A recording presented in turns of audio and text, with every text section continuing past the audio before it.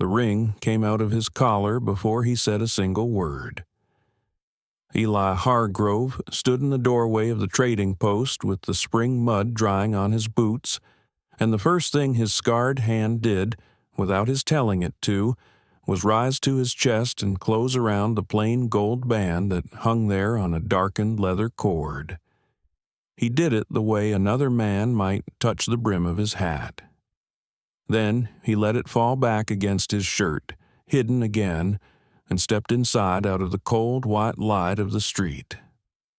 It was the last morning of April in the year 1884, and the valley town of Bethel Crossing had the worn, scoured look of a place that had survived one more winter without being grateful for it.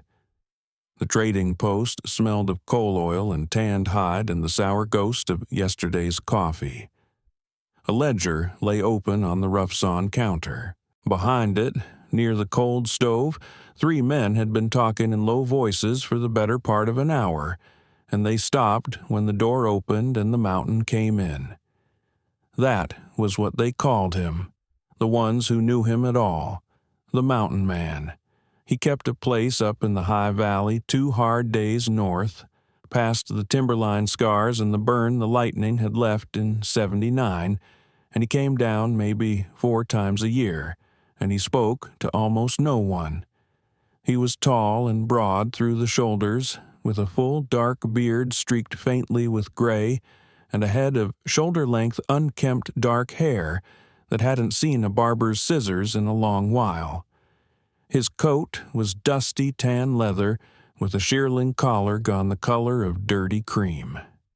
His eyes were a deep storm gray, set far back under his hat, and they did not move much, and when they did move it was slow, the way a man's eyes move when he has spent 10 years watching weather come over a ridge.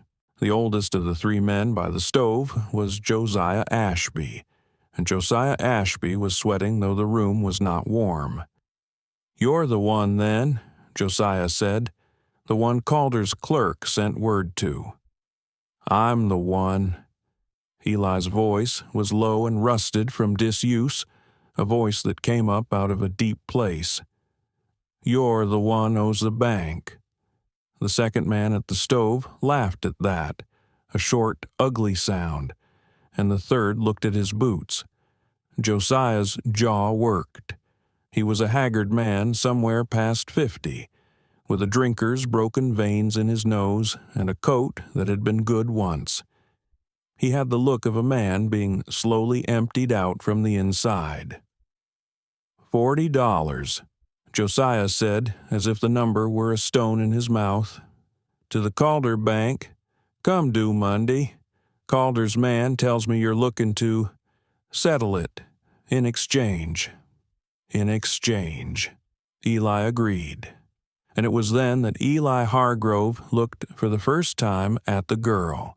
She was standing apart from the men, near the dry goods shelves, in a wedge of light from the one front window. She had set her small carpet travel bag down on the floor beside her boot and folded her hands over the front of her apron, and she was holding herself very still. The stillness of a person who knows the talk in the room is about them and has decided, out of the last of their pride, that they will not flinch. She was young.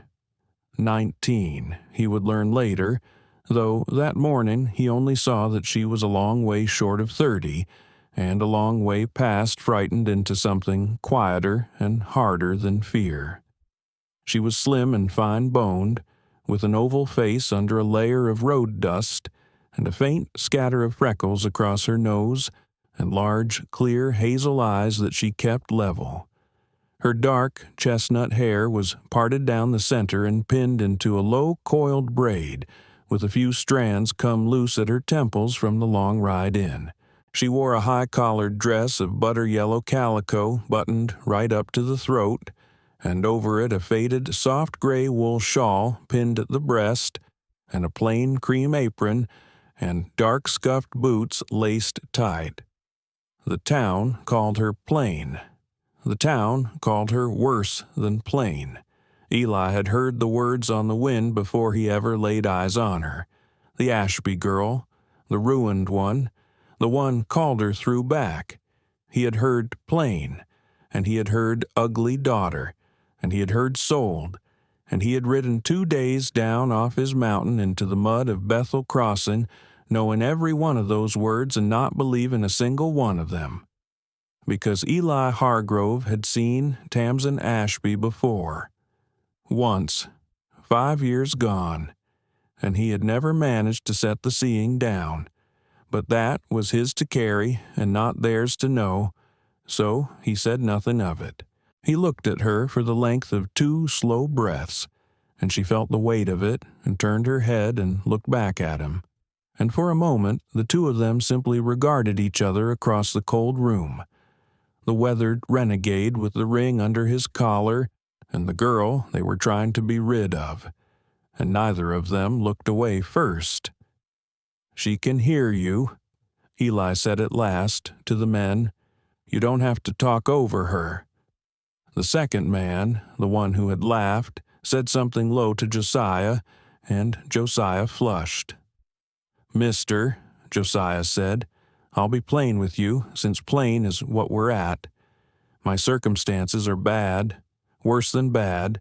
I've a second wife at home and 2 little ones by her, and a mortgage Calder holds like a knife at my throat, and this—" He gestured at his daughter without looking at her, a loose, ashamed motion of the hand. "This is the one thing I've got left that he'll take in trade. Begging your pardon, but that's the shape of it. He won't have her himself. He made that clear enough to the whole county last summer. But your $40 clears the note, and you get a wife out of it, and the girl gets a roof, and we're all of us square. That's the bargain on the table." Tamsin Ashby's chin came up perhaps half an inch. That was all.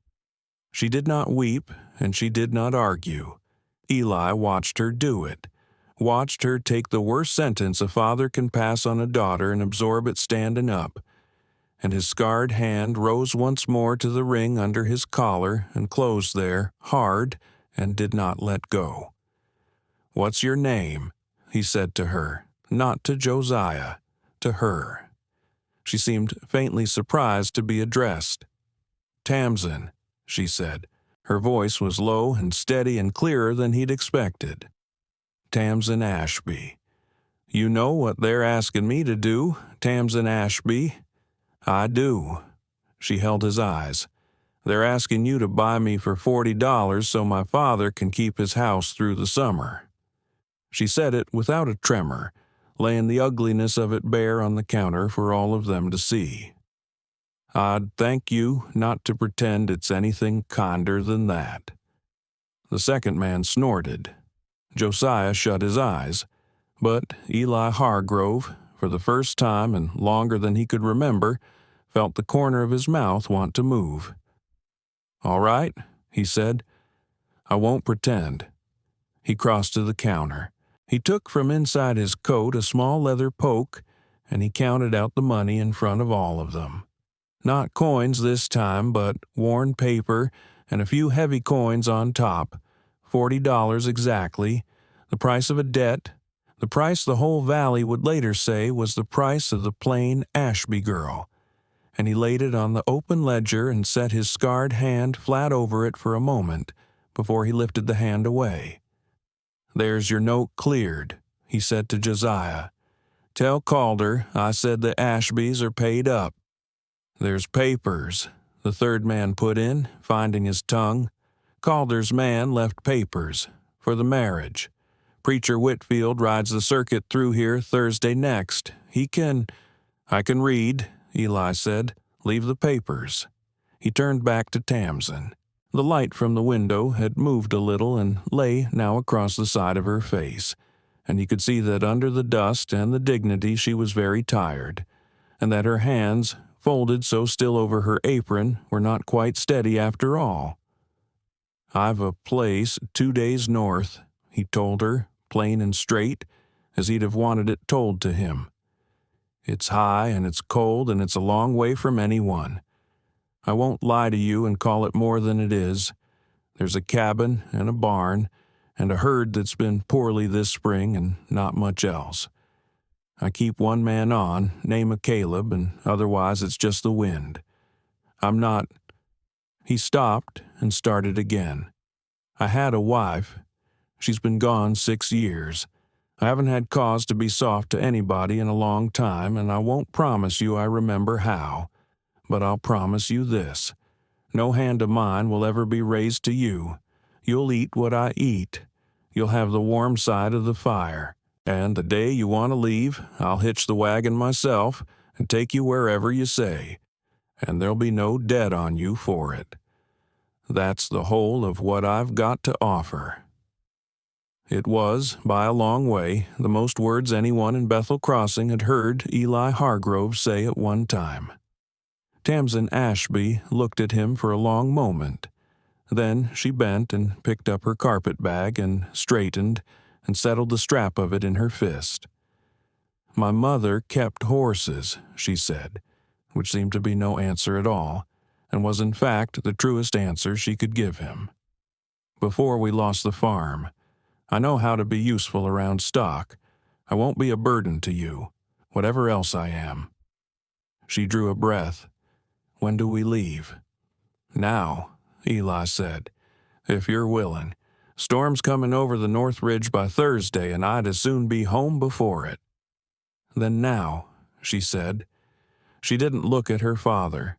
Josiah Ashby reached out once, half a gesture, as if he might say her name or take her hand, and then his nerve or his shame failed him and the hand fell, and his daughter walked past him and out through the door into the white light of the street without a backward glance, and that was the last that Tamsen Ashby would speak to her father for a very long time.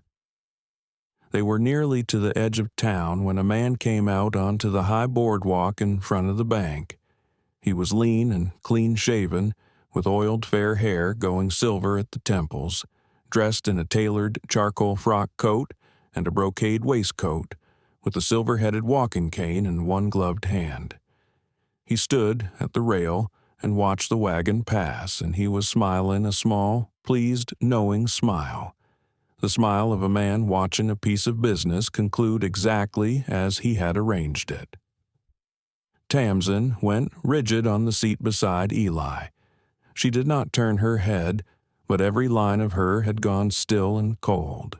Eli looked at the man on the boardwalk, and the man on the boardwalk touched the silver head of his cane to the brim of his hat in a mocking little salute, and Eli looked at him a moment longer, and then clucked to the mare and drove on. "Who's that?" Eli said low when the bank was behind them. "That," Tamsen said, looking straight ahead at the road climbing toward the mountains, "is Royce Calder. He owns the bank. He owns half the valley." Her voice did not shake, but it had gone very flat and very careful, the voice of a person stepping around a wound. "And 18 months ago, he owned my good name, until he was finished with it." Eli said nothing to that, but his hand rose once more to his chest, to the band on its cord, and closed around it, and held it the rest of the way out of town. The road north climbed out of the valley by slow degrees, and by mid-afternoon the last of the cultivated land had fallen behind them, and there was only the country itself, the dark wall of timber lifting on either hand as the trail wound up into it. They did not speak much. There was a great deal that could have been said, and no easy way to begin saying it, so they let the miles do the talking. They camped that first night in a hollow below a granite shoulder, and Tamsen, without being asked, made a supper of fried bread and bacon and strong black coffee, working at the fire with the quick certainty of a woman who has fed hungry men in a lean house her whole life. When she passed him his plate, she said, "I told you I'd be useful," and there was the smallest edge of something in it, not quite humor, the ghost of a person who used to know how to laugh. "You did," he said. "Mr. Hargrove," she said into the dark. "Eli," he said, "if we're to be married Thursday, You'd best get used to Eli." "Eli, she tried it. Why did you do it? Truly, a man like you, 2 days from anywhere, you could send away to St. Louis or Kansas City and have a mail-order bride off a paper, a stranger who'd never heard a word against you. Why ride down into Bethel Crossing and pay $40 for a girl the whole town has decided is spoiled goods?" The fire popped. For a long moment, she thought he wasn't going to answer at all. "Because the herd's dying," he said finally, which was true and was not the answer, and they both knew it was not the whole of the answer, but it was as much as he could put into the dark on the first night. And a man working sick stock alone through a high-country summer needs more hands than he's got. And because I figured a woman the town threw away might be glad of a place where nobody knew the story and might work the harder for it, that's all. Go to sleep, Tamsen Ashby. It's a hard ride, still tomorrow." They came up over the last shoulder of the trail late on the second day, in the long gold light of the evening, and Eli stopped the wagon at the lip of the high valley and let her see it. It lay below them like a bowl held up to the sky. A wide green park of mountain grass cupped between dark timbered ridges, with a creek threading silver down the middle of it, and a stand of aspen turning the lower slope to pale gold. And at the near end, small against all that country, a long, low cabin of squared logs with a stone chimney and a good-sized barn, and a network of pole corrals, and the dark scattered shapes of cattle grazing the bottoms. Smoke stood up straight from the cabin chimney in the windless evening. Behind it all, the high peaks went up bare and blue-white, still holding their snow.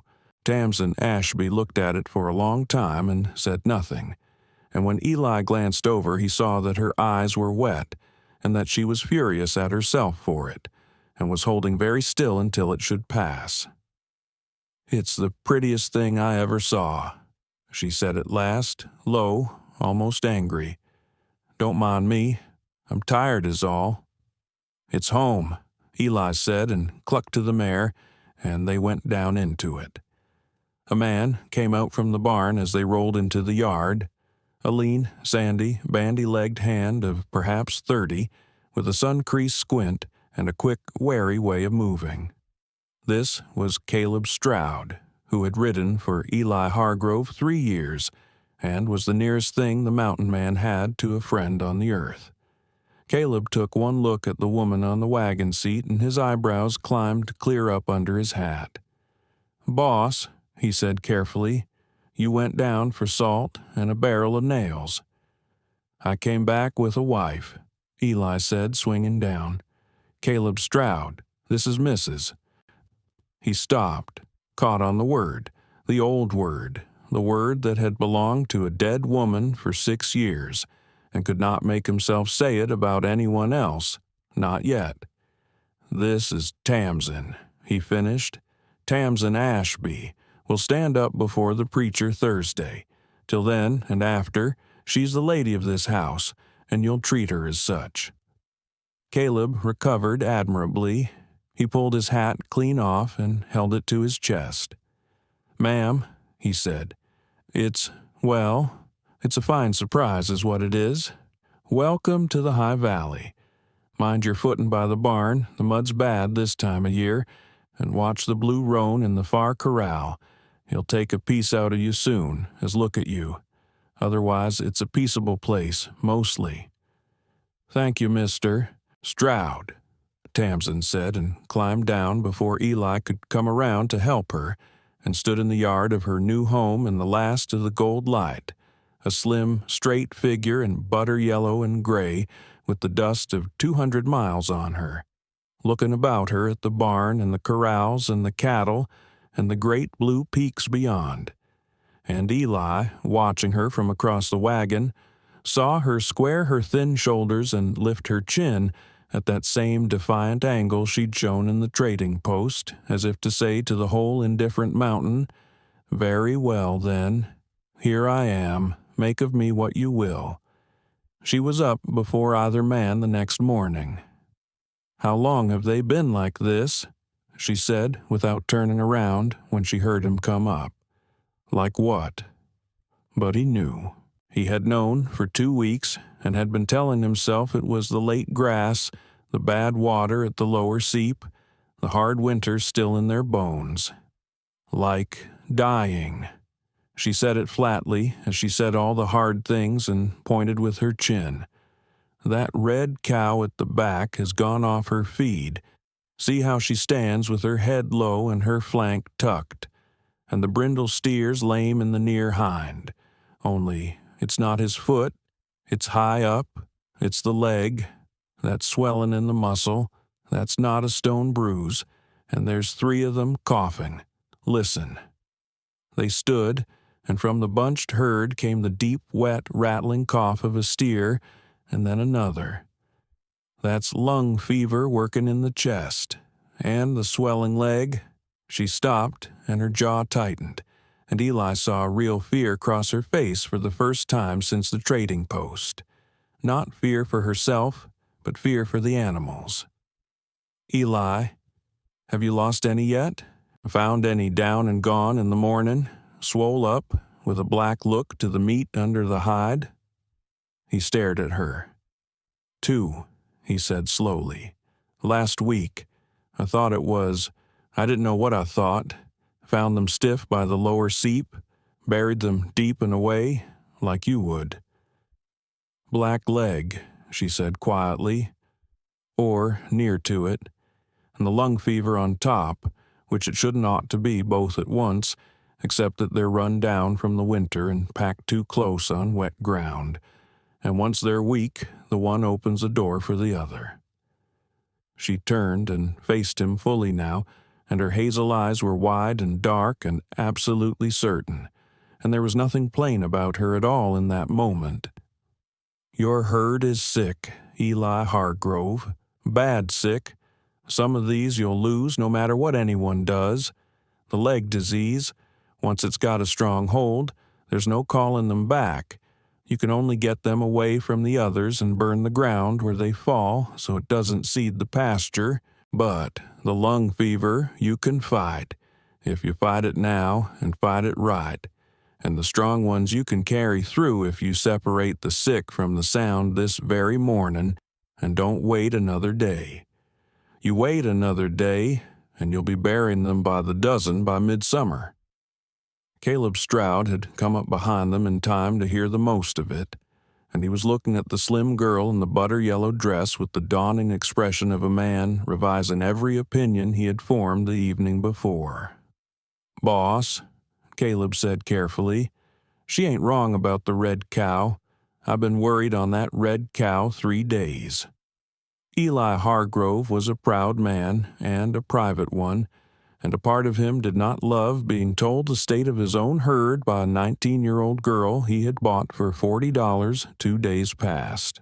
And then he thought of the 2 stiff black bloated carcasses he had dragged off to bury, not knowing what had killed them, and he made the first of the choices that would remake his life. He set his pride down in the mud of the yard and left it there. "All right," he said, "tell me what to do." And so Tamsin Ashby took command of the High Valley before she had been mistress of it for a single full day. When the cut was made and the sick held apart, she came to Eli at the barn, mud to the knee and a long scratch down one forearm she hadn't troubled to notice, and she began to give orders like a general who has surveyed the ground and found it bad but not yet lost.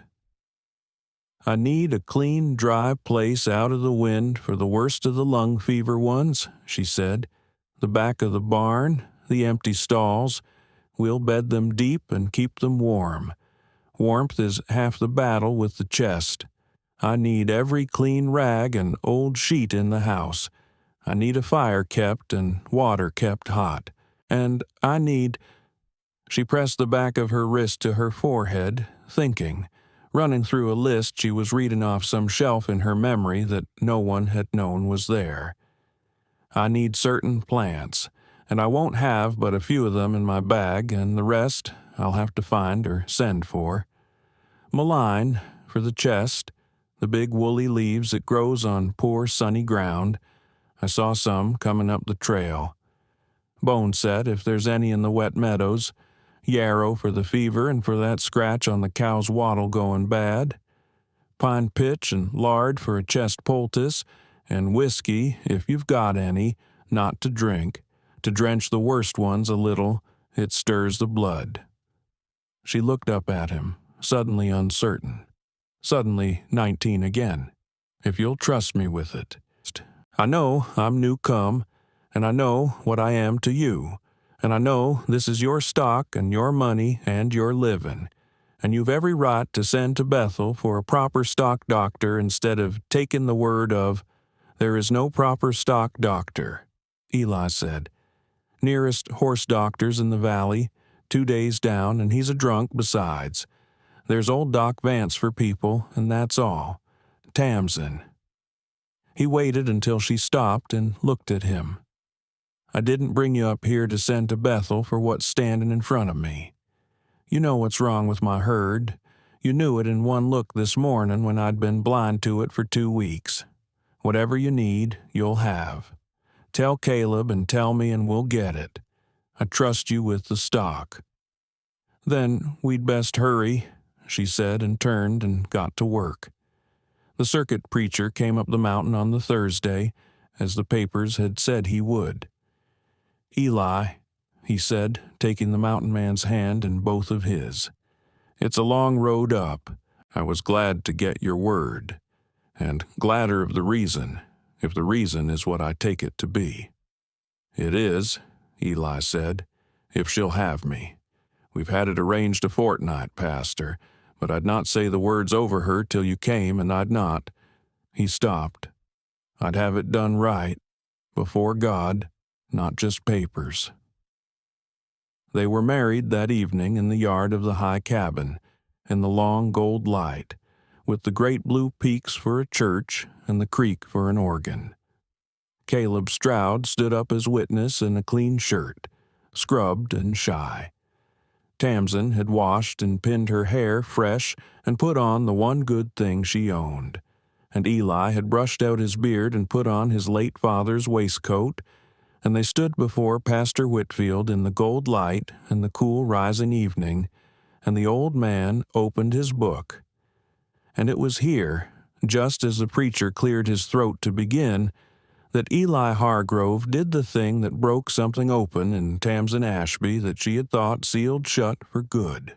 He reached up to his collar and drew out the worn gold band on its darkened leather cord, and worked the knot loose with his big clumsy fingers, and slid the ring off the cord into his rough palm. This was my mother's, he said quietly, so that only she and the preacher could hear. Then it was Naomi's, 6 years till she... His jaw worked. It's been around my neck since the winter I buried her. I never thought I'd take it off again. I never thought I'd have cause. He looked down at the small worn circle of gold in his enormous scarred hand, and then he looked up at Tamsin, and his storm-gray eyes were not hard at all now, not hard in the least. I've no other ring to give you, and there's no time and no place up here to get one made. So, if it would shame you to wear a dead woman's band, you've only to say, and we'll do without, and no one the wiser. But I'd be honored, Tamsin Ashby, if you'd wear it, not as her, as you, as my wife, in your own right, and no shadow on you. Tamsin Ashby, who had been sold for $40 at a trading post counter 11 days before, who had stood dry-eyed and dignified through the worst humiliation a family can hand a daughter, who had not wept when her father would not meet her eye, nor when Royce Calder mocked her from a boardwalk, felt her composure crack straight down the middle at last. She did not sob, but 2 tears went down her dust-tanned face before she could stop them, and she let them, and she put out her hand, and it was steady. I'd be honored to wear it, she said, as me, and, Eli, I'll not be a shadow on her, nor she on me. There's room in a heart for the living and the dead both. My mother taught me that, before I lost her too. And the old preacher, who had heard a great many vows in his long riding life and was not easily moved, had to stop and clear his throat twice before he could go on. If you've made it this far into Tamsin's story, hit subscribe, because what happens next is the part I've been waiting to tell you. He slid the ring onto her finger. It was loose. It had been sized for a fuller hand, and she closed her fist gently to keep it, and the gold of it caught the last of the sun, and Pastor Amos Whitfield said the old words over them in the gold light of the high valley and pronounced them man and wife before God and the mountains. And Eli Hargrove bent his shaggy head and kissed his bride very gently, the way a man touches something he has been afraid even to hope for. And Caleb Stroud whooped and threw his hat in the air, and somewhere down in the far corral the blue-roan stallion screamed and battered the poles as if even he had something to say about it. The news that the lone renegade up the North Valley had taken a wife, a young one and a ruined one out of Bethel Crossing at that, ran down the creeks and through the high camps, and it brought up the mountain, one by one over the early weeks of summer, the only kind of neighbors the high country had, old ones and widowed ones, and ones who knew what it was to be written off. The first to come was Hazel Plum. She arrived on a fat dun pony one warm morning in early June, a sturdy widowed woman of about 55 in a gray homespun dress and a faded blue calico bonnet, with her dead husband's carpenter's toolbox roped behind her saddle, and she climbed down in the yard without waiting to be asked and looked Tamsin up and down once, head to boot. "Tamsin," he said that night, low, "I have to tell you a thing. I should have told you at the start, only I didn't know how, and the longer I went, the harder it got, and now—" He stopped. The ring caught the last light on her hand in his. "Now, I'm afraid you'll think I tricked you, and I didn't. I swear before God I didn't, but I have to tell you." She turned and looked at him in the dark, her heart going quick and uneasy, and said, "Then tell me, Eli. Whatever it is, I've been told worse things than most. I'll bear it." But just then, Caleb Stroud came running up from the lower trail with a lathered horse and a paper in his fist and his face gone tight, and whatever Eli Hargrove had braced himself to confess went unspoken, and the High Valley's brief green summer of peace came to its end. Ryder came up the trail at dusk. Caleb panted, holding out the paper. Wouldn't stay. Calder's man, the clerk, the slick one, said to put this in your hand and no other. "Boss, I read it. I'm sorry, I read it. Boss, they're saying the valley ain't yours." Eli took the paper into the cabin and lit the lamp and read it standing at the table with Tamsin and Caleb at his shoulders, and the warm summer night went cold around the three of them as he read. It was a notice of competing claim, drawn up in a lawyer's tight-crabbed hand and stamped with the seal of the Bethel Crossing Land Office. It stated that the homestead entry covering the high North Valley, the quarter sections Eli Hargrove had filed on and proved up and lived upon for 10 years, was disputed. It stated that an earlier entry on the same ground had come to light, a filing dated more than 10 years past, predating Hargrove's by a season, made in the name of a development concern in which one Royce Calder held the controlling interest. It stated that the earlier entry having priority under the law, Hargrove's patent was void, his improvements forfeit, and his occupancy unlawful. It directed him to appear at the land office in Bethel Crossing within 60 days to show cause, or be removed by the marshal, his cattle and cabin and corrals, and 10 years of his life passing to the prior claimant. It was signed by the registrar of the land office, a Mr. Lemuel Ford, and it bore Royce Calder's name as agent for the concern. "That's a lie," Eli said. His voice was very quiet and very flat, which was the most frightening thing about it. "There was no filing before mine. That valley was empty when I came up here. I filed clean and I proved up clean, and I've 10 years of records to show it. There was never any earlier claim." "There is now," Cornelia Tatum said grimly when she came up 2 days later, having heard the news as she heard everything, early and entire, and read the notice over with her sharp old eyes. "That's the thing about paper, Eli. A clever man with the registrar in his pocket can make paper say a thing was true 10 years ago that wasn't true 10 minutes ago. Backdated. Slipped into the records. Ford's a weak man and a poor one, and Calder owns his note same as he owned half this valley's notes. I'd stake my life that filing wasn't in those records a year ago, but it's there now, with a date on it older than yours, and unless you can prove it was put there false, unless you can prove the fraud, the law will read the older date and the law will take your land." She set the paper down. "And he's timed it cruel, 60 days. Right through haying and the fall gather, when you can least leave the place.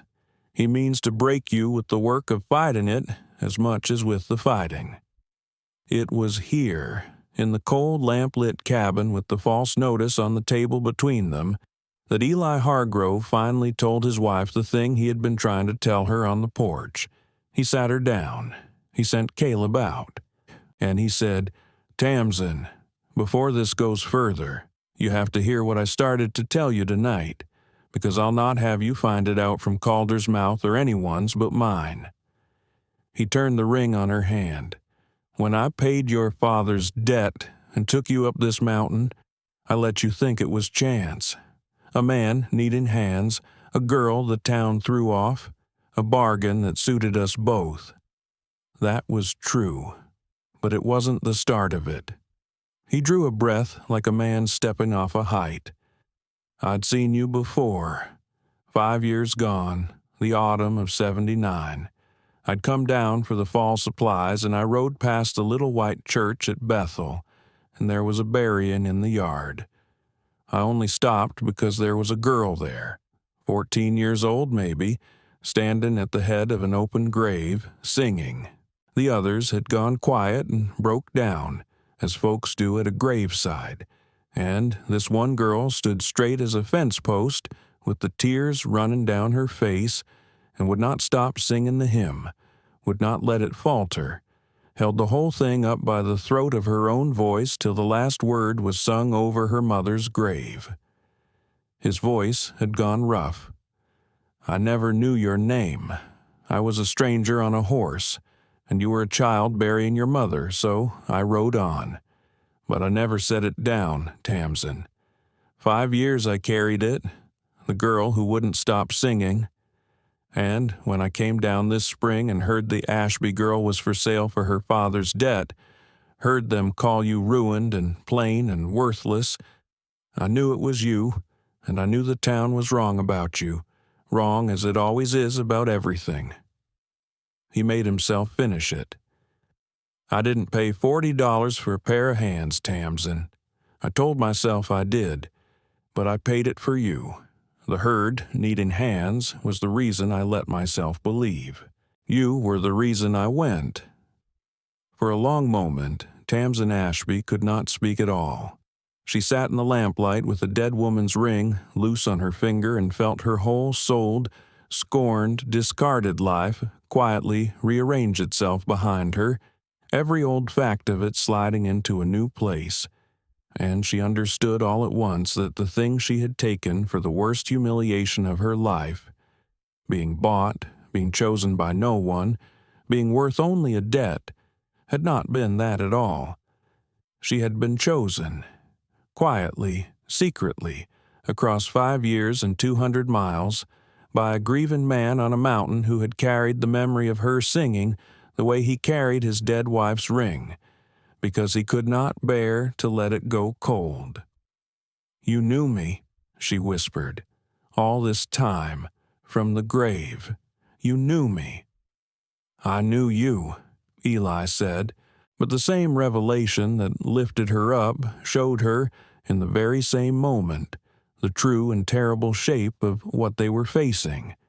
Because if Eli had told her the truth of his heart, then she could read, now, the truth of Royce Calder's. She rose from the table and walked to the cold window with her arms wrapped around herself, and the pieces fell into place one after another, the same hard click of certainty she'd felt reading the dying herd in one look, and her face went white and then went hard. "Eli," she said slowly, "he didn't cast me off because he was finished with me. The whole valley thought Royce Calder ruined my name for sport, but it was never about me at all. He courted me in '82 to get his hands on my father's land for the bank. My mother's old horse farm, the bottomland, the water rights. He never wanted me. He wanted what I'd inherit. And when a richer match came along, with more land behind her, he threw me over and ruined my name on the way out so no one would believe my side, and foreclosed on my father the same season and took the farm anyway." She turned from the window, and her hazel eyes were blazing. "And now he's done the exact same thing again, only bigger. He's seen your valley, the water, the grass, worth more than anything down in the dusty bottoms, and he's manufactured a paper claim to take it. And he let you take me up here because it amused him, the ruined Ashby girl, carried off by the renegade he was about to ruin too. He thought he was throwing two pieces of refuse on the same fire."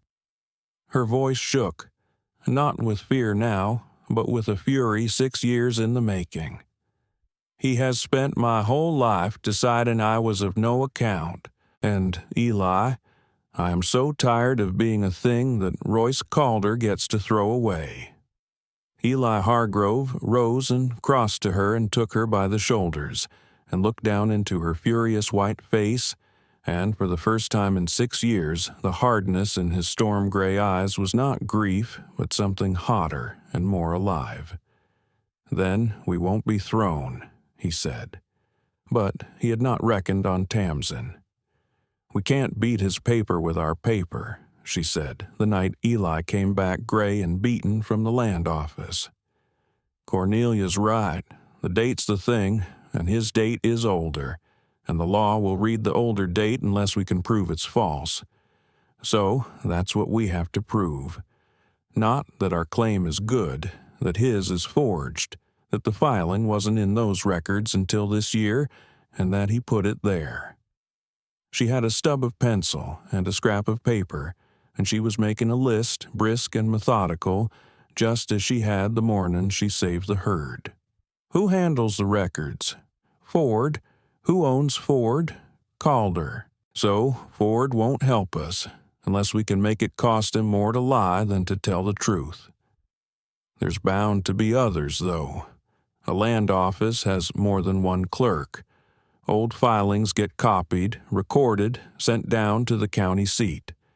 If Calder slipped a backdated page into the local book, there'll be a true copy somewhere that doesn't have it.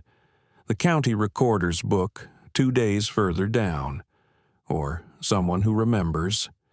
Cornelia watches every sale in the county. She'll know who clerked that office 10 years back. We find the true record, or we find the person who'll swear the false one's false, and we bring it to the hearing, and we break his date." She looked up. "It's thin, but it's a trail, and I have spent my whole life being told I'm beneath notice by men like Royce Calder, Eli, and I have learned exactly one thing from it." Her jaw set. "They're so sure no one will look that they get careless. He thinks no one will look. So we look." It was Doc Merrick Vance who gave them their first true thread. The Old Town doctor, a stooped, kindly man of about 60, with white side whiskers and round spectacles, had doctored the high country and the valley both for 30 years, and had no love for Royce Calder, who had foreclosed on more than one of his patients. When Eli and Tamsen came to his surgery quietly after dark, Vance heard them out and polished his spectacles a long while. "You'll not move Lemuel Ford with the law, Eli. Calder's got the law sewn up. But you might move him with his own conscience. The man hasn't slept in a year. I see it in his face. And there's this. The county recorder's office at the county seat keeps the true duplicate of every entry, recorded the same week it's filed, in a book Calder cannot reach and cannot alter. If your entry was clean and his was slipped in after, then the county book 2 days south will show your entry and not his. That book is your proof." It was, all at once, a real hope, a hard one, a 2 days ride each way one in the thick of the haying season, but real. And it was that same week, as if Royce Calder could smell hope kindling in his victims and meant to stamp it out, that he came up the mountain himself. He came in a fine buggy with his sister beside him, Lavinia Calder, a cold, handsome woman of about 40, in expensive mourning black, who had run her brother's household and his social ruin of more than one rival for 20 years, and was, in her dry way, as dangerous as he was. They drove into the yard of the high cabin on a bright, haying afternoon, as if they were paying a social call, and Royce Calder stepped down in his charcoal frock coat and his brocade waistcoat, leaning on his silver-headed cane, and looked about the green valley and the healed herd and the mended porch with the appraising, pleased, possessive eye of a man inspecting property he had already decided was his. "Hargrove," he said pleasantly, "and, why, Tamsen, don't you look well? Mountain air agrees with you. I confess I'd not have known you, scrubbed up so."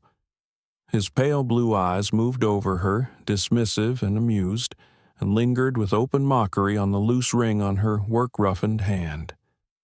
"Married, I hear, and wearing a ring at last. Well, every girl gets there in the end, even the difficult ones." Lavinia Calder smiled her thin, cold smile from the buggy. Tamsen Ashby did not flinch and did not look away. She had flinched at this man for the last time. "What do you want, Mr. Calder?" she said. "You've ridden a long way to gloat. The least you can do is come to the point." Calder's smile thinned, just slightly, the way a man's smile thins when a thing he owns talks back. "Direct," he said. "How you've changed. Very well, to the point. I came to make your husband a kindness, which is more than he deserves and more than he'll get from the marshal in 60 days. The valley is mine, Hargrove. The papers are filed, the date is recorded, the law is plain, and you will lose the hearing. I have seen to the hearing." He let that land. "But I am not a hard man. Sign me a quit claim now, today, before the cost and the shame of a hearing, and walk off this mountain with your cattle and your hide intact, and I'll see you're paid a fair price for the improvements. A few $100, enough to start again somewhere in the bottoms. Fight me, and you'll lose the land and the cattle and the cost of the lawyer besides, and walk off with nothing but the clothes you stand in. That's the kindness, that's the only kindness on the table." He tapped his cane on the hard-packed yard. "Be sensible, man. You're beaten. You were beaten before you knew you were in a fight. Sign, and spare yourself." And it was then that Tamsen's eye, which read everything, fell on the far corral, and on the blue roan stallion screaming and battering the poles at the strange buggy and the strange men, and an idea, reckless and brilliant and born of pure cold fury, began to take shape in her mind. The blue roan was called Cinder, and he was the most beautiful and the most dangerous animal in the High Valley. 16 hands of smoke blue muscle that not one man in the county had been able to lay a saddle on. He had thrown Caleb Stroud twice and broken his arm the second time, and savaged a hired bronc buster so badly the man rode off swearing the roan was a killer that ought to be shot. 2 men the blue roan had broken, the valley said. The next one he'd put in the ground. Eli had turned him out to the far corral to run wild, too good to shoot and too dangerous to use. Royce Calder, following Tamsen's glance, saw the magnificent screaming brute and laughed. A genuine laugh, delighted, cruel. "Ah," he said, "the famous outlaw horse. I'd heard Hargrove kept a man-killer up here he couldn't break. Quite a picture, isn't he? Worth a fortune, a horse like that, if he weren't a murderer." He turned the silver head of his cane in his gloved hands, amused, expansive in his certainty of victory. "There's the whole of it, isn't it? A beautiful thing that no one can master is worth precisely nothing. It battles, and it screams, and it breaks the men who try. And in the end, it goes to the boneyard, because the world has no use for what it cannot use."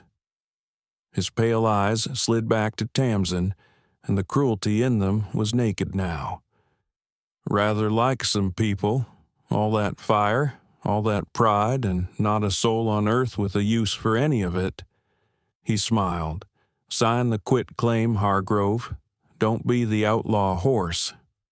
It was the worst thing he could have said, and he said it because he could not imagine the woman in front of him was anything but what he'd decided she was, and that was the mistake that would ruin him. Tamsen Ashby walked to the corral rail.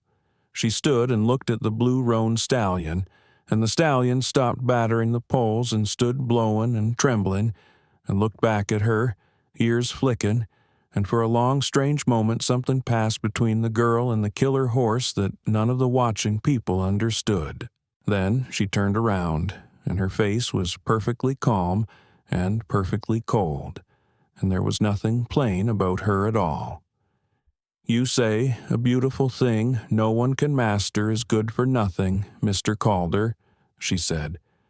"You decided my mother's farm was good for nothing in any hands but yours. You decided my good name could be thrown away once you were done with it. You decided I was a thing of no account, and that valley was wasted in my husband's hands, and that horse was fit only for the boneyard because 2 hard men couldn't ride him."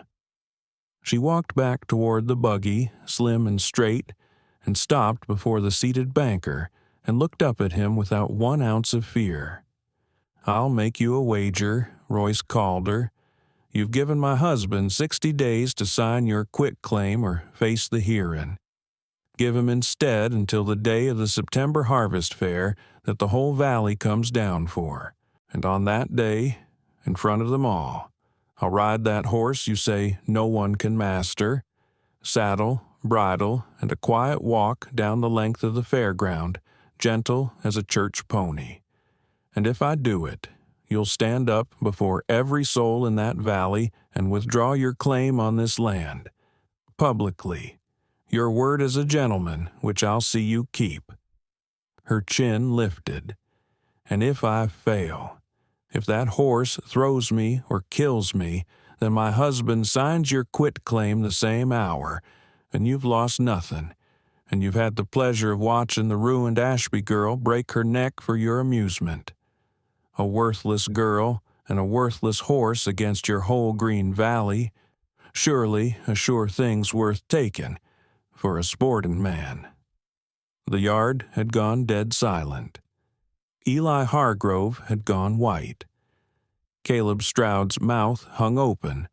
Lavinia Calder's cold smile had frozen on her face, and Royce Calder, proud, certain, contemptuous, a man who had never in his life believed for 1 instant that the people he discarded might be more than he reckoned, laughed and took the bet, because he could not conceive of losing it, And because the picture of the ruined girl thrown bloody in the dirt of the fairground in front of the whole valley was simply too delicious to refuse.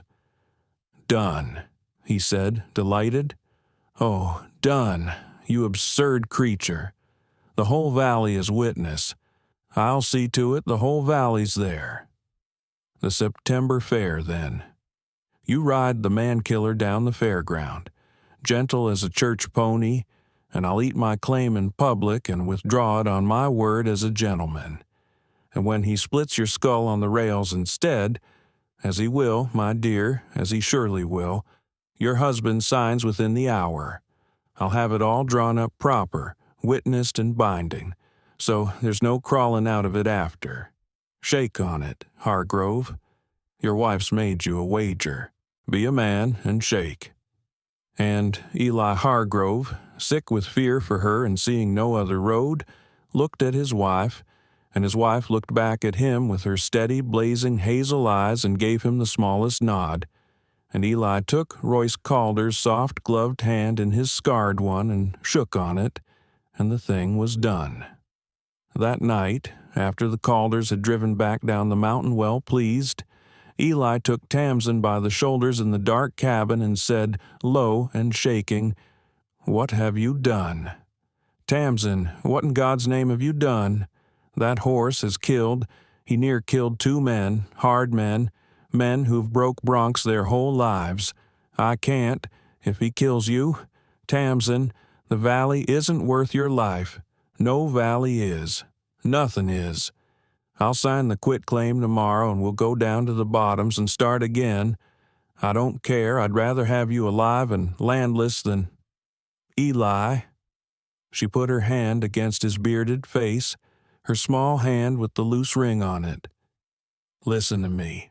I'm not going to die. I've watched that horse 3 months. He's not a killer. He's afraid, and he's been hurt. And every man who's come at him has come with a rope and a spur and a will to break him. So he breaks them first, the way a cornered thing does. My mother had a horse just like him once, a stud everyone called a man-killer, and she took him gentle and slow over a whole summer and made him the best saddle horse in the county.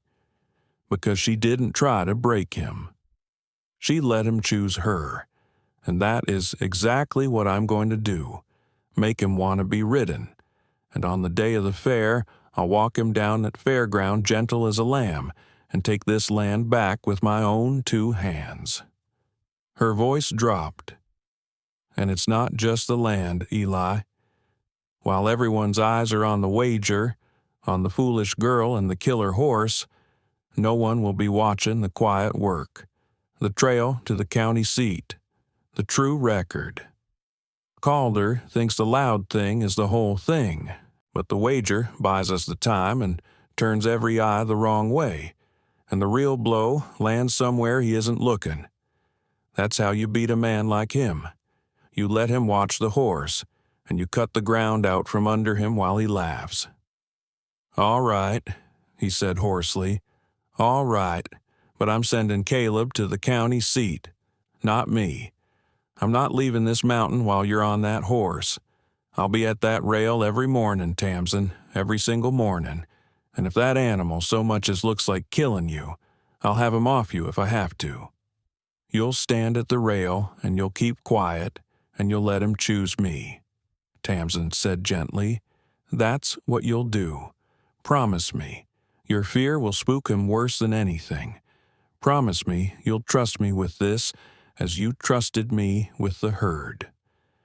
And Eli Hargrove, who had not trusted anyone with anything that mattered in 6 years, looked at her a long moment, and then bowed his shaggy head and promised. The gentling of the Blue Roan was the work of the whole long high country summer, and it was a thing of patience, the like of which the valley had never seen. Meanwhile, Caleb Stroud rode for the county seat, quietly, in the dark of a moon, while the valley's eyes were all on the famous wager and the famous horse. He carried a letter from Doc Vance to the county recorder, an old colleague of the doctor's, a careful, honest man named Phineas Goss, who had kept the county's books for 20 years and owed Royce Calder nothing. And 4 days later, Caleb came back up the mountain at a hard lope with his face alight and swung down in the yard and said, "We got him. Boss, Mrs., we got him cold." What Caleb Stroud carried in his saddlebag, wrapped in oilcloth, was a certified true copy of the county recorder's land book for the year Eli had filed. Goss had made it himself and stamped it and sworn to it before a notary.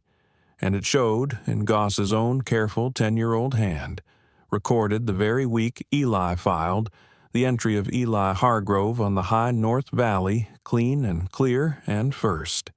And it showed no earlier entry, no prior claim, no development concern, no Royce Calder. The page where Calder's backdated filing should have been, if it had ever truly existed 10 years before, was simply the next clean entry in sequence. A homestead filing by a family named Orfield, 40 miles south, recorded 2 days after Eli's, with no gap, no insertion, no room between the lines for a phantom claim to have ever been. The local Bethel book had been doctored. The county book could not be reached and had not been, and it told the truth. Calder's date was a lie, and here was the proof of it.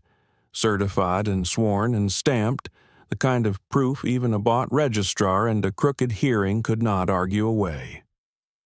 Within the fortnight, word came up the mountain that Lemuel Ford, the registrar of the Bethel Crossing Land Office, had been taken suddenly and gravely ill, a wasting sickness, the kind that came on a frightened man, and had been moved from his rooms to the upper floor of Royce Calder's own house, ostensibly so that Calder, his generous creditor and friend, could see him nursed and cared for in his decline.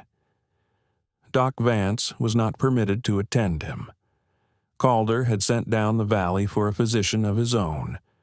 No one was permitted to see Lemuel Ford at all. The one man who could swear that the local land book had been forged, and forced to forge it, was now sealed up under the roof of the very man who had forced him, sick and silenced and slipping away, with a hearing 3 weeks off and a fair day wager that suddenly looked like the only door left, and that door guarded by a killer horse. But Royce Calder, in sealing Lemuel Ford up under his roof, had made the same mistake he made with everyone. He had reckoned a frightened, weak man as a thing of no account, a tool used up and put away, and he had not reckoned on Tamsen Ashby, who knew better than anyone alive that the people the world counts for nothing are precisely the people it pays least attention to, and that a soul does not stop mattering simply because a proud man has decided it doesn't. It was Tamsen who saw the way in. It was Tamsen who always did. "He's dying," she said to Eli and Doc Vance in the surgery, late, the lamp low. "Cornelia says a wasting sickness, the kind that comes on a frightened man. And I'd wager it's not a sickness at all or not only. It's conscience. It's a weak, good man being eaten alive from the inside by a thing he was forced to do, walled up sick in the house of the man who forced him, with no priest and no friend and no door out but the grave. Calder thinks he's silenced him, but a man like that doesn't want to be silenced. A man like that is praying every hour for one single soul to come and give him a way to set it right before he dies." She turned to Doc Vance. "Calder sent down the valley for his own physician. But a physician comes with a nurse, doesn't he? A woman, to do the close work, the washing, and the watching. Calder won't have thought twice about a nurse. He never thinks twice about a woman doing the low work. He looks straight through us." Her jaw set. "Doc, you have a standing in this valley. Write to that physician. Offer him the loan of an experienced sick nurse for the hard night work. A respectable mountain woman, No charge, neighborly kindness. Calder won't object. It saves his man labor and costs him nothing, and he'd never dream the danger in it. And I'll go down. I'll nurse Lemuel Ford, and I'll get him a way to set it right before he dies, and I'll get it in writing, sworn, with you and Goss as witnesses outside the door.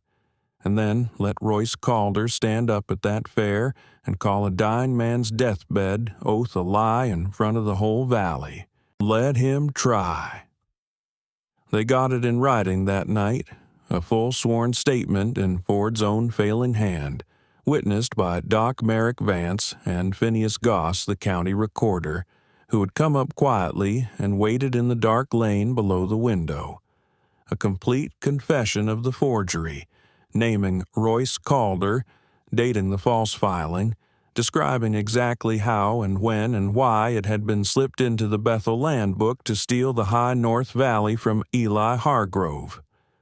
Notarized, sealed, true, and Tamsen folded it small and carried it out of Royce Calder's house under her plain nurse's apron, past the very door of the sleeping man it would ruin, and walked up the dark lane to where her husband waited with the horses, and put it into his hands and said, "Now we have it all, the county book that breaks his date, and the man who'll swear how the lie was made.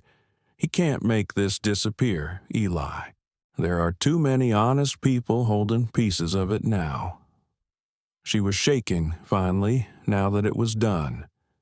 3 nights in that house, 3 nights of him looking straight through me, and he never once saw the woman carrying his ruin out the door under her apron, because he decided long ago I wasn't worth a second glance. Her voice broke into something between a laugh and a sob. "Beneath his notice, Eli. That's the only reason it worked. He could only be beaten by the very thing he was too proud to see." The September Harvest Fair was the largest gathering Bethel Crossing knew, and Royce Calder had been as good as his word. He had seen to it that the whole valley would be there. He had spread the tale of the wager up and down the country for 2 months, embroidered and cruel.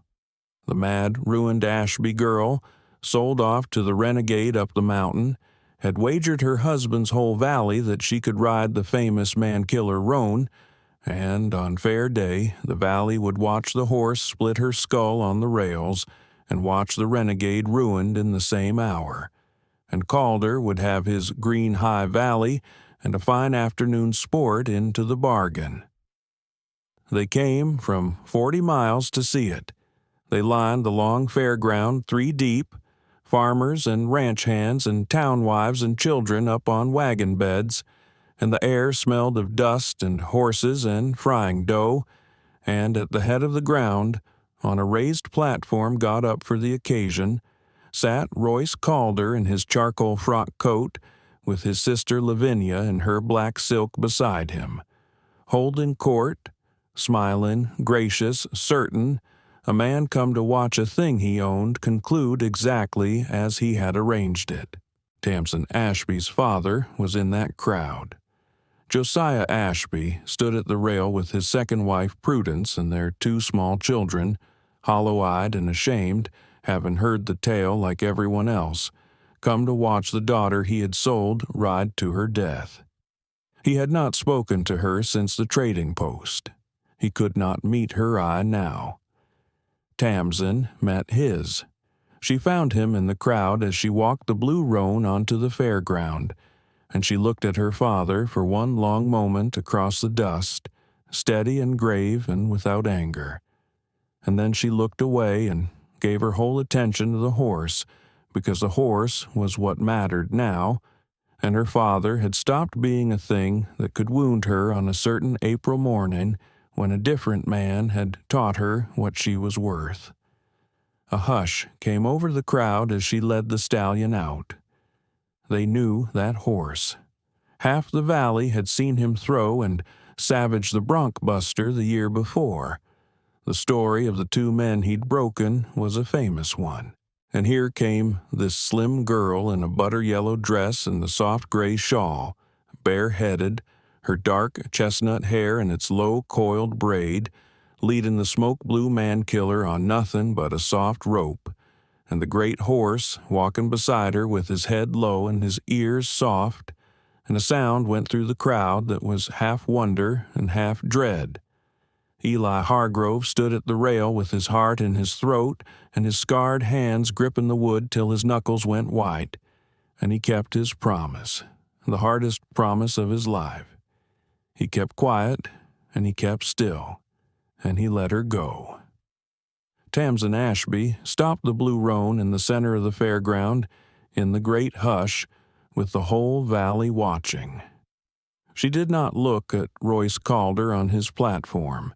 She set her hand on the stallion's neck and spoke to him low, the words lost under the held breath of 1,000 people, and the horse turned his head and lipped at her sleeve. Then she gathered the reins and put her small boot in the stirrup, and in the dead silence she swung up onto the back of the killer horse. He stood. For one terrible moment, the whole crowd waited for the explosion. The scream, the bone-breaking buck, the girl thrown bloody in the dirt that Calder had promised them. The stallion shivered under her. His ears flicked back.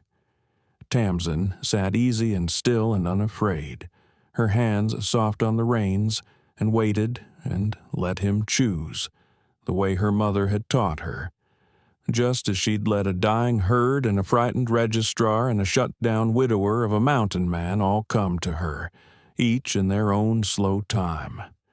And the blue roan stallion blew out a long breath and dropped his head and walked.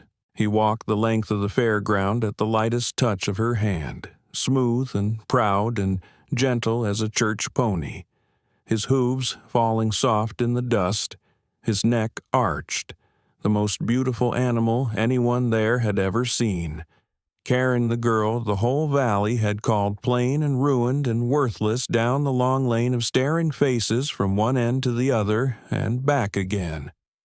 And then, in the center of the ground before the platform, Tamsen Ashby halted him and turned him with a touch to face Royce Calder, and made the great killer horse that no man could master stand square and still and quiet beneath her, and lifted her chin and looked the proud banker dead in the eye for the first time all day. The fairground erupted. It came up like a wave, a roar, a thunder of it, the whole valley on its feet shouting, because there is nothing on this earth a hard frontier crowd loves like the sight of an underdog doing the impossible. And they had come expecting to watch a girl die, and instead they had watched her win. Watched the worthless thing master the unmasterable thing, and something in them that had been quietly ashamed of how they'd all treated the Ashby girl broke open into pure roaring joy. They shouted her name, they threw their hats. Hazel Plum was weeping and bellowing both at once. Old Orrin Pike was pounding his stick on the rail. Caleb Stroud was hollering himself hoarse, and Eli Hargrove stood at the rail with the tears running openly down into his dark beard and could not make a sound at all. Could only look at his wife sitting the killer horse in the center of the roaring valley, straight and proud and gold in the afternoon light, and think, there she is, the girl who wouldn't stop singing, worth more than the whole world, and now the whole world knows it. On the platform, Royce Calder had risen to his feet. His face had gone a strange gray color. The smile was gone. He looked at the slim girl on the impossible horse and at the roaring crowd that had turned, in the space of one walk down a fairground, from his audience into her congregation. And for the first time in his life, Royce Calder understood that he had badly, fatally misjudged a thing he'd been certain of, and that the ground was no longer where he'd left it. Tamsen Ashby walked the blue roan up to the foot of the platform and stopped him there, and the great horse stood like a statue beneath her, and the crowd's roar fell away into a vast, expectant hush as she looked up at the banker. "You made me a wager, Mr. Calder," she said, and though she did not raise her voice, it carried in the silence to the farthest wagon at the back. Before the whole valley, you said a beautiful thing no one can master is worth nothing. You said this horse was fit only for the boneyard, and you said the same of me, and you bet your claim on my husband's valley against it. She let her hand rest on the stallion's gentle neck. I've ridden him, saddle, bridle, gentle as a church pony, the length of the ground and back, in front of every soul here. The whole valley's your witness. So stand up now, Royce Calder, and keep your word as a gentleman. Stand up and withdraw your claim on the high North Valley, publicly, as you swore you would. And the whole valley turned its 1,000 faces up to the platform and waited to see what the proud man would do. Royce Calder was many things, but a fool was not first among them, and he saw at once that the wager had become a trap that could close on him either way. He gathered himself. He smiled, a thin, strained imitation of his old gracious smile, and spread his gloved hands to the crowd and pitched his smooth banker's voice to Carrie. A fine ride, he said. A truly remarkable ride. The young woman has spirit. I'll never deny it. And she's won her foolish wager fair, and I'm man enough to say so. A horse, yes, I'll grant the horse. He let the smile widen, reasonable, regretful, the smile of a sensible man among sensible men.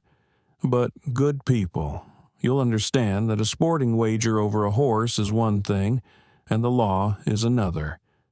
I spoke in jest about my claim. What man wouldn't, watching such a mad bet? But a homestead title is not a thing a gentleman can wager away on a lark at a county fair. The claim on the North Valley is a matter of record, of law, of dates filed and sealed in the land office. It rests on paper, not on horsemanship. The earlier filing has priority. The law is plain, and no amount of pretty writing can change what's written in the record book. I'd be deceiving you all to pretend otherwise. The valley is mine by law, and law's not a thing to be decided by a fairground crowd, however much we've all enjoyed the show. The hearing stands. I'm sorry for it, but there it is. A low, ugly murmur went through the crowd, disappointment curdling toward anger, the sound of 1,000 people who had just watched a miracle being told it didn't count. Calder had played it well. He had conceded the small thing to keep the large one and retreated onto the solid ground of his paper and his date, where he had always been safe. But Tamsin Ashby did not move, and she did not look dismayed, and the small cold smile that touched her own lips then was the first the valley had ever seen from her. "You're quite right, Mr. Calder," she said clearly. "The valley rests on paper, on a date filed in the land office, not on horsemanship at all." She turned her head, "Which is why I didn't bring you a horse to settle it." And she lifted her hand toward the crowd, and the people parted, and up to the foot of the platform came Phineas Goss, the county recorder, grave and upright in his good black coat, with the great certified county land book under his arm, and beside him Doc Merrick Vance, and the county marshal, a hard fare lawman named Bowen, whom Calder did not own, and had not been able to keep away from the largest gathering in the county. What followed, the valley of Bethel Crossing told and retold for a generation. Phineas Goss opened the certified county book on the platform rail before the marshal and the crowd, and read out in his dry, careful voice the true record of the year Eli Hargrove had filed.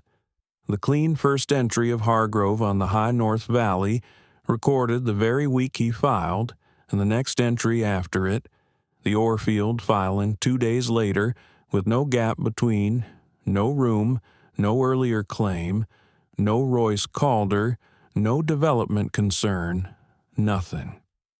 He held the book up and showed the unbroken page to the marshal and turned it so the front rows could see.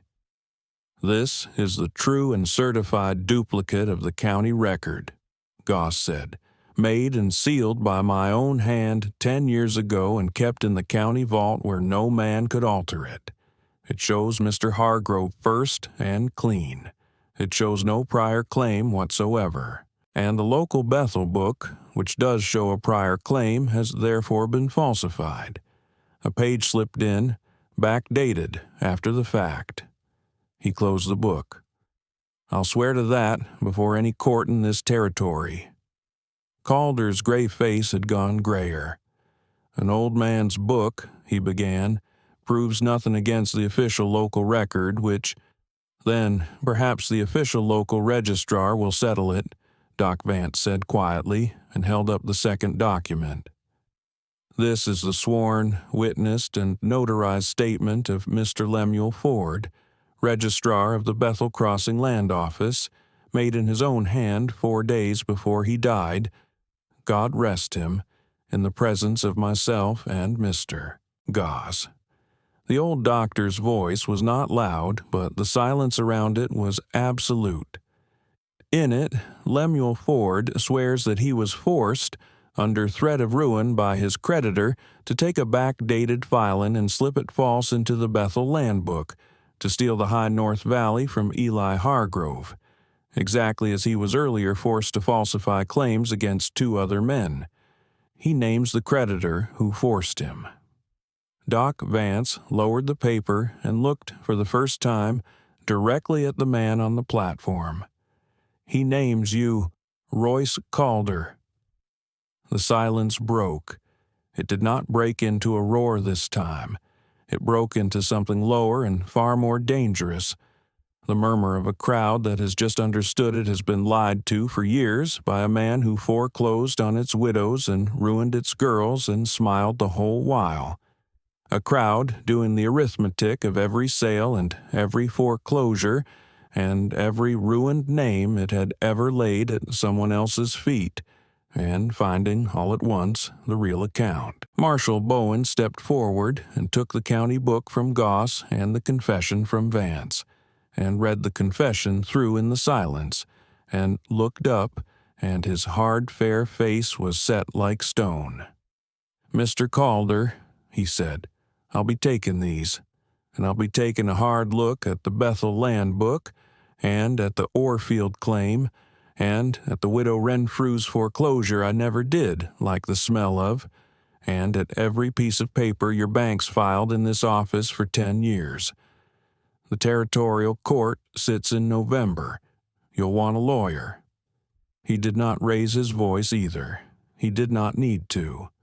"The claim on Hargrove's Valley is dead as of this minute, and I'll see the patent restored clean.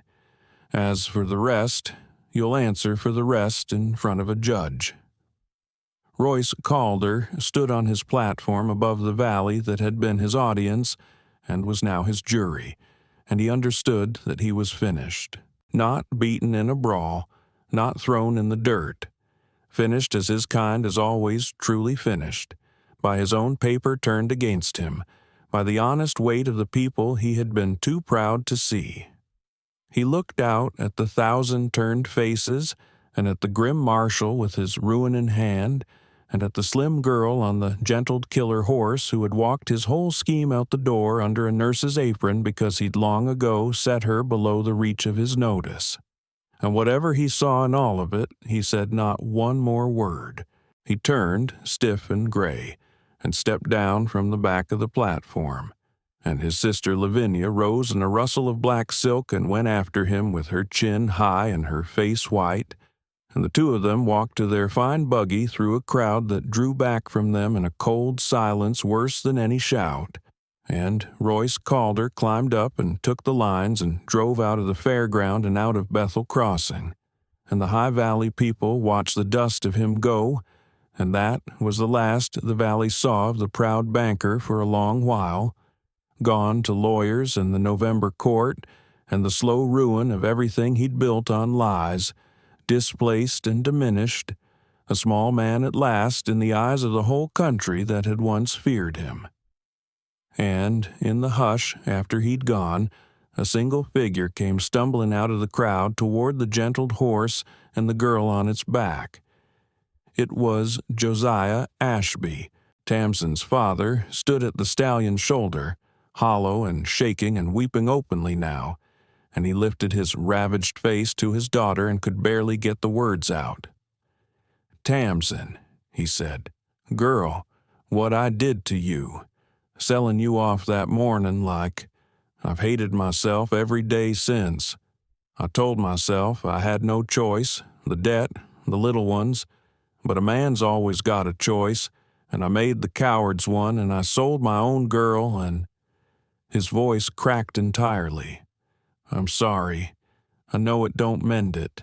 I know I've no right. But before all these people that watch me do it, I'd have them watch me say it too. I'm sorry.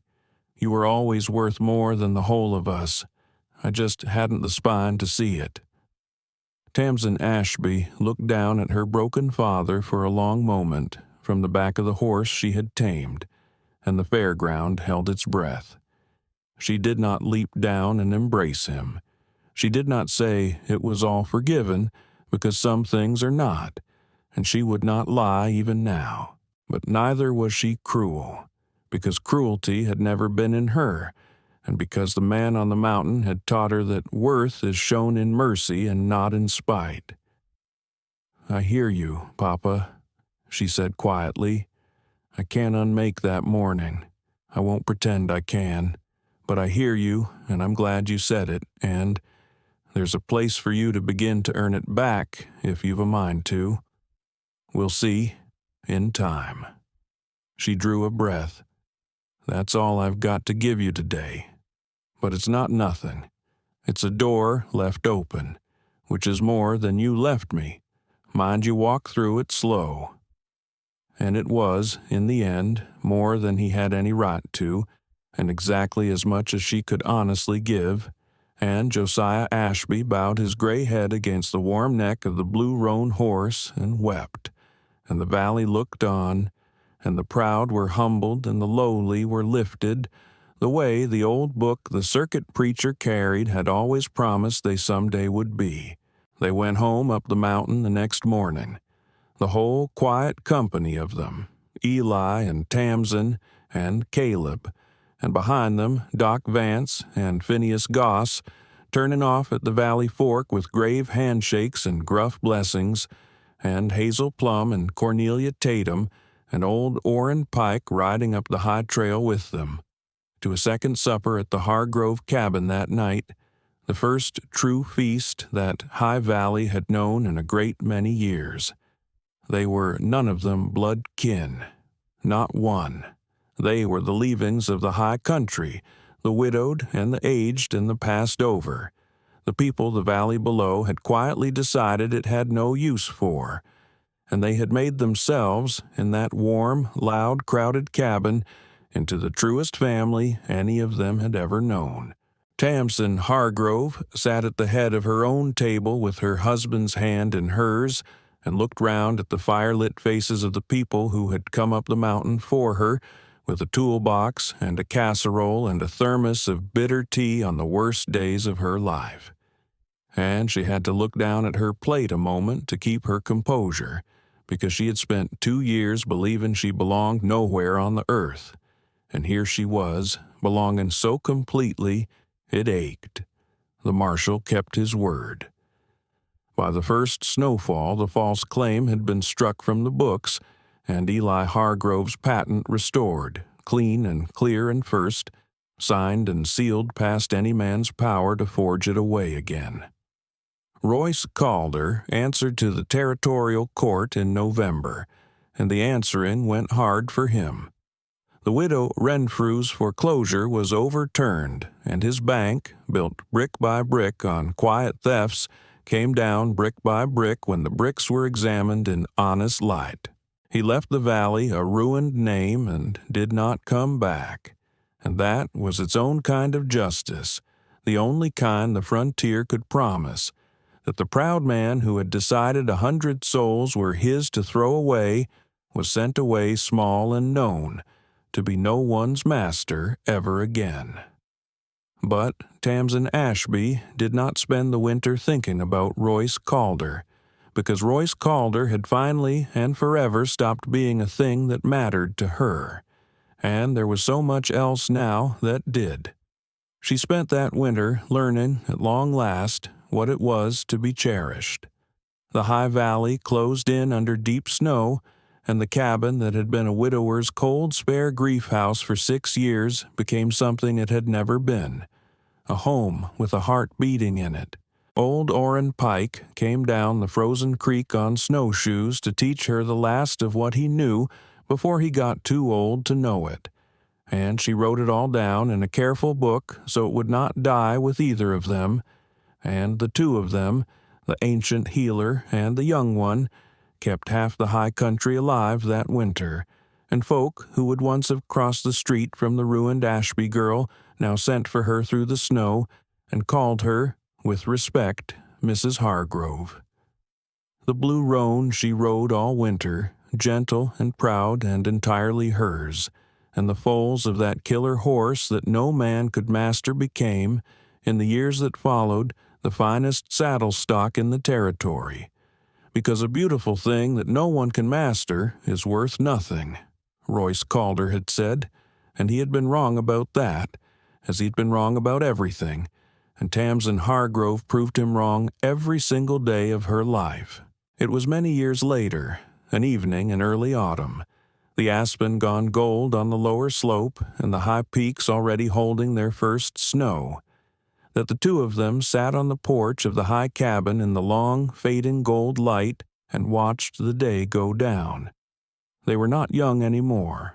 There was gray in Tamsin's dark chestnut hair now, pinned still in its low-coiled braid, and the weather of the mountain had marked her fine face, and Eli's beard had gone mostly silver, and his hands, finding hers on the porch boards between them, were more scarred than ever.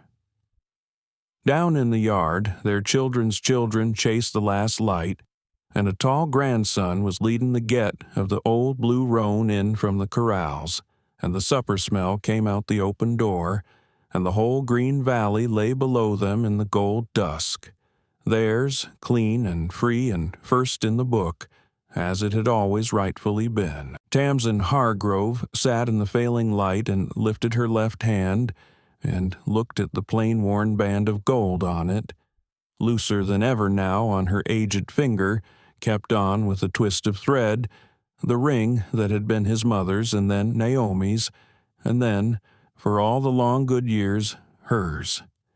She turned it slowly in the last of the sun.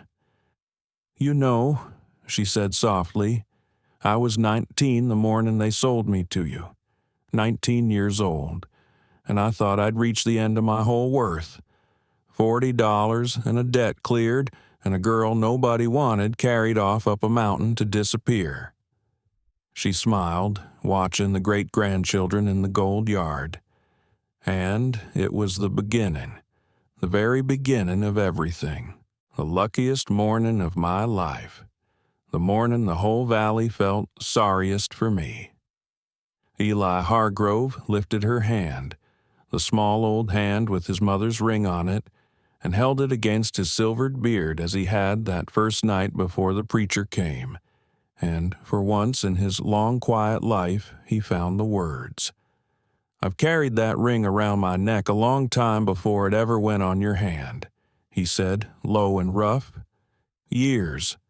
I used to think I kept it because letting it go would mean Naomi was truly gone, and I couldn't bear that, and maybe that was true once, but I know now it wasn't the whole of why." He turned her hand gently so the worn gold caught the last light. "I think some part of me kept it the way a man banks a fire he's not ready to let die. Covered over, hid from the wind, but not put out, never quite put out. I think I kept it for you, Tamsin Ashby, all those years before I ever knew your name. Kept it warm against my own skin, waiting for the girl who wouldn't stop singing. I just didn't have the words for it till now.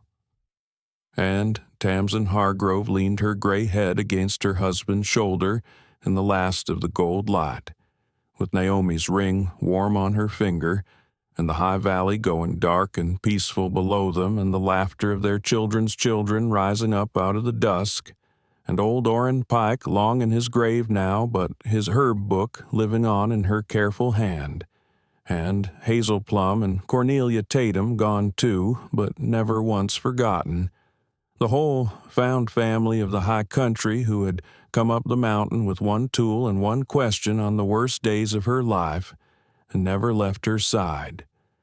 And she closed her hand gently around the loose old band to keep it, just as she had closed her hand around it the evening she first put it on, and she breathed out long and slow and settled, and watched the stars come quietly out one by one over the peaks. Some men carry a ring for years, not because they expect to use it again, but because setting it down would mean letting go. He had carried his long enough to learn that a heart, like high ground in winter, only breaks open when something living finally takes root in the thaw. If you found a quiet seat for this one tonight, I'd love to know where you're listening from. Leave the name of your town in the comments below. I read every one of them, and there's something about knowing this story carried out across so many lonesome miles to so many warm kitchens that does my own heart good. Wherever you are, friend, thank you for spending this long evening up on the mountain with us. Mind the fire, and good night. B-roll image prompts. Image per beat.